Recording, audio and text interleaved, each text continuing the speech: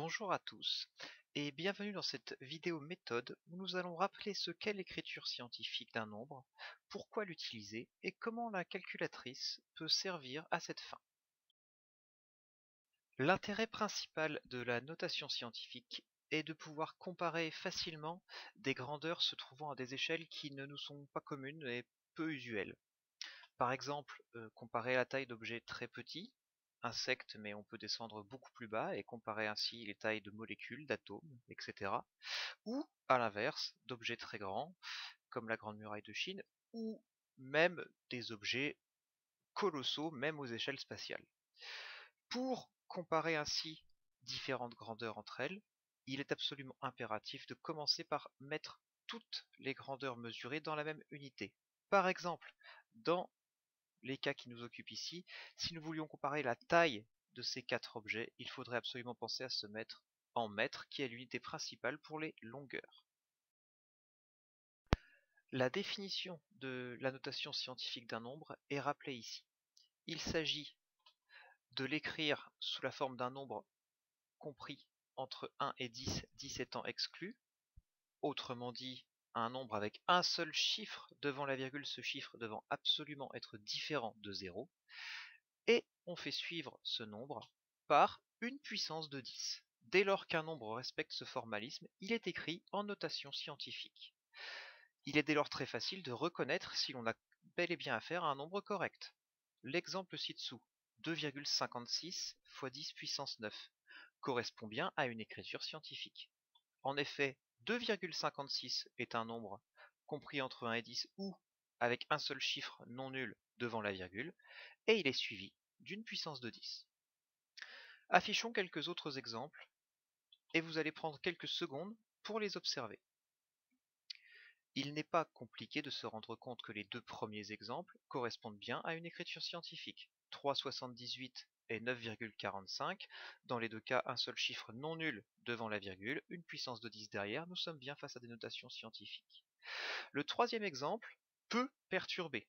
Il n'en reste pas moins une écriture scientifique. 5,00, un nombre avec un seul chiffre non nul devant la virgule, suivi d'une puissance de 10. C'est ainsi qu'on va écrire des nombres pour lesquels on n'aurait classiquement pas besoin d'utiliser de puissance de 10. En effet, 10 puissance 0, pour rappel, correspond à 1. On multiplie donc 5 par 1, c'est l'écriture scientifique de 5. Le quatrième exemple, en revanche, pose un problème. Lequel?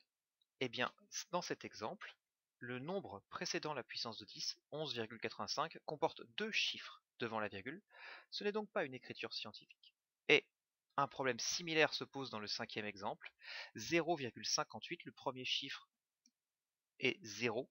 Or, 0, on a bien dit qu'il devait absolument être compris entre 1 et 9. Ce n'est donc pas une écriture scientifique. Transformer un nombre en écriture décimale, c'est-à-dire les nombres tels qu'on les écrit habituellement, et le passer en forme de notation scientifique demande un peu de pratique, mais c'est quelque chose de très systématique. Prenons l'exemple de 100. Dans le nombre 100, il y a une virgule qui n'est pas apparente. Elle se trouve derrière le deuxième zéro, c'est-à-dire juste au niveau des unités. Si on veut passer ce nombre en notation scientifique, il va falloir que la virgule vienne se loger immédiatement derrière le 1, afin d'avoir un seul chiffre non nul devant la virgule. Ce faisant, nous avons décalé la virgule de 2 rangs vers la gauche. Pour compenser cela, on augmente la puissance de 10 du nombre de 2. Pour l'instant, nous avions 100 qui était donc multiplié par 10 puissance 0, c'est-à-dire 1. Si on augmente la puissance de 10 de 2 rangs, on passe de 10 puissance 0 à 10 puissance 2, et on arrivera dès lors à 1 fois 10 puissance 2. 10 puissance 2 correspondant à 100, on a bien une égalité. On peut voir ça sur un exemple un peu plus compliqué. Dans le nombre 57, il y a une virgule. Elle se trouve immédiatement derrière le 7, elle n'est simplement pas indiquée. Si on veut une notation scientifique de 57, il va falloir décaler cette virgule de 1 rang vers la gauche. On aura dès lors 5,7. Pour que l'égalité reste correcte, on doit multiplier ce 5,7 par une puissance de 10 qui correspond au nombre de rangs dont on a décalé la virgule, c'est-à-dire 1. 5,7 fois 10 puissance 1. A l'inverse, dans un exemple comme le dernier, 0,089, la virgule ne va pas se décaler vers la gauche, elle va cette fois-ci se décaler vers la droite. On veut un seul chiffre qui est différent de 0 devant la virgule. Elle doit donc passer de son emplacement actuel à un emplacement se trouvant entre le 8 et le 9. La virgule se décale donc de 2 rangs vers la droite. Ce faisant, la puissance de 10 va cette fois-ci descendre de 2 rangs. Et l'on aboutira ainsi à 8,9 fois 10 puissance moins 2. Ces règles sont simples et utilisables en tout temps. Il suffit de retenir que lorsque la virgule se décale vers la gauche, la puissance de 10 que l'on met derrière le nombre augmente. A l'inverse, quand la virgule se décale vers la droite, comme dans le dernier exemple, la puissance de 10 que l'on met derrière le nombre diminue.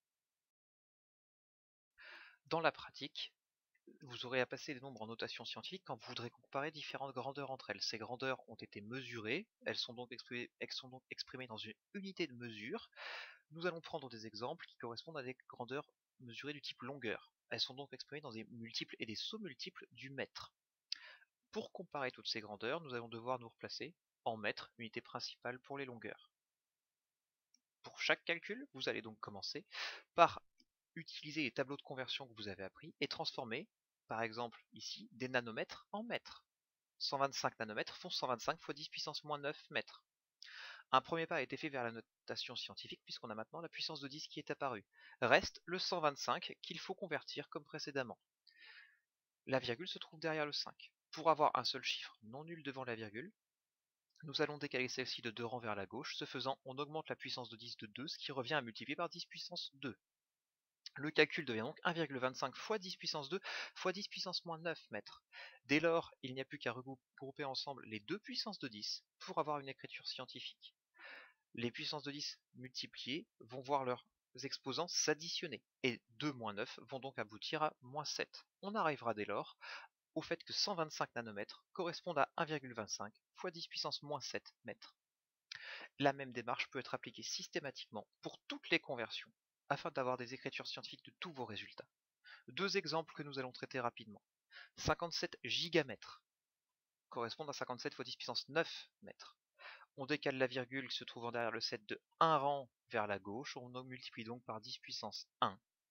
10 puissance 1 fois 10 puissance 9 correspond à 10 puissance 10. On a donc le fait que 57 gigamètres correspondent à 5,7 fois 10 puissance 10 mètres. Pour 0,072 mm, la virgule est décalée de 2 rangs, cette fois-ci vers la droite. Dès lors, on abaisse la puissance de 10 de 2 rangs et donc on multiplie par 10 puissance moins 2. 10 puissance moins 2 multiplié par le 10 puissance moins 3 venant de la conversion vont donner 10 puissance moins 5. 0,072 mm correspondent à 7,2 10 puissance 5 mètres. Cette méthode est applicable en tout temps pour toutes les conversions que vous pourriez avoir à faire. Vos calculatrices peuvent vous aider dans l'obtention de résultats en écriture scientifique. Il y a deux grandes familles de calculatrices, les calculatrices de marque Casio et les calculatrices de marque Texas Instruments ou TI. Pour la suite de la vidéo, je laisserai les deux disposés ainsi, les écrans concernant les Casio à gauche, les informations concernant les TI à droite. Un problème important se posant pour beaucoup d'élèves vient du fait que la calculatrice utilise une notation un peu particulière. Nous allons donc faire une pause. Vous pouvez facilement voir vos machines vous afficher un résultat sous cette forme-là, 1, E majuscule, moins 2. Cette notation a toujours la même signification, autant pour vos machines que pour les ordinateurs. Les tableurs utilisent aussi ce type de notation. Le grand E, ce E majuscule, veut dire en langage informatique x 10 puissance ce qui vient derrière. Par exemple, l'écriture affichée sur l'écran 1 E majuscule moins 2 se traduit en langage informatique par 1 x 10 puissance moins 2. Il vous faut dès lors retenir dès que vous utilisez votre machine que ce grand E, ce E majuscule, se traduit par x 10 puissance. C'est une manière compactée de l'écrire.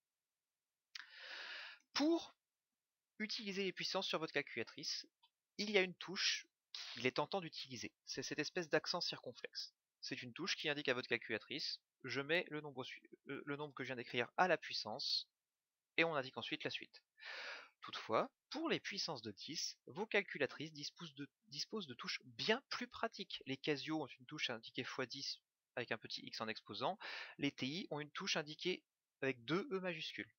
Ces touches, de la même manière que le grand E pour le résultat, veulent dire directement fois 10 puissance ce qui viendra derrière. Dès lors, la seule conclusion logique, c'est que l'on n'utilisera jamais l'accent circonflexe. À la place, pour les puissances de 10, utilisez les touches dédiées qui sont indiquées. Il y a deux bonnes raisons à cela. Déjà, la première peut paraître simple, ne pas taper sur 4 touches quand on peut taper sur une seule. D'ailleurs, on voit bien qu'on obtient exactement les mêmes résultats avec les deux types de syntaxe, en utilisant l'accent circonflexe ou en utilisant la touche dédiée. Ensuite, il y a une autre bonne raison de ne pas utiliser la touche avec accent circonflexe, c'est qu'elle est la source d'erreurs multiples pour tous les élèves qui s'y essayent. En effet, la touche avec l'accent circonflexe ne tient pas compte des priorités, et c'est la meilleure manière de se faire avoir. Dans les deux exemples affichés, qui sont les mêmes pour les deux machines, le premier calcul est correct, il a été tapé en utilisant la touche dédiée aux puissances de 10. 5 divisé par 6, le 6 étant multiplié par 10 puissance 2. Dès lors, le résultat est bon. Dans le deuxième exemple, on a tapé 5 divisé par 6 fois 10 exposant 2 avec la touche accent circonflexe. Il manque des parenthèses au dénominateur et dès lors, le résultat est faux. En utilisant la touche dédiée à la puissance de 10, vous évitez les erreurs de calcul qui viennent en permanence vous handicaper. De base, vos calculatrices ne donnent pas les résultats en écriture scientifique, en tout cas pas tant qu'ils sont proches de 1. Pour les forcer à donner les résultats en écriture scientifique, il vous faut vous rendre dans le setup chez les Casio ou dans le menu mode chez Texas Instruments. Vous trouverez dès lors une indication display qui veut dire affichage. Et de base, cet affichage se trouve en mode normal. Vous pouvez exiger l'écriture scientifique en indiquant même sur certains modèles combien de chiffres vous voulez voir apparaître sur le résultat. Profitons de l'occasion pour faire quelques rappels utiles. Vos machines ne sont pas omniscientes et c'est selon ce que vous tapez sur le clavier que vous aurez ou non le bon résultat. Si l'on souhaite diviser 40 par le résultat de 2 fois 5, le premier calcul tapé, 40 divisé par 2 fois 5 sans aucune parenthèse, ne peut pas conduire au bon résultat, car la machine divise 40 par 2 avant de multiplier le résultat par 5. Il faut, pour s'assurer d'avoir le résultat correct, bien penser à mettre des parenthèses autour du dénominateur. Les mêmes règles sont valables pour la distributivité avec les additions et les soustractions. Rappelez-vous des règles et tapez correctement sur vos machines. Il y a également une fonction qui peut vous simplifier les calculs lorsqu'ils sont un petit peu à rallonge. C'est le fait que vous pouvez rappeler la réponse du calcul précédent tapé sur la machine. Cela peut se faire avec la touche ANS pour Answer ou Rep pour Réponse selon les modèles des deux marques.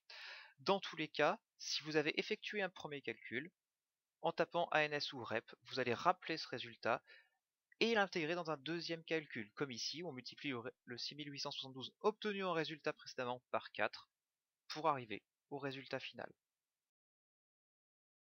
C'est tout pour aujourd'hui, j'espère que cette vidéo vous aura été utile et que vous reviendrez en cours avec plein de questions. Au revoir.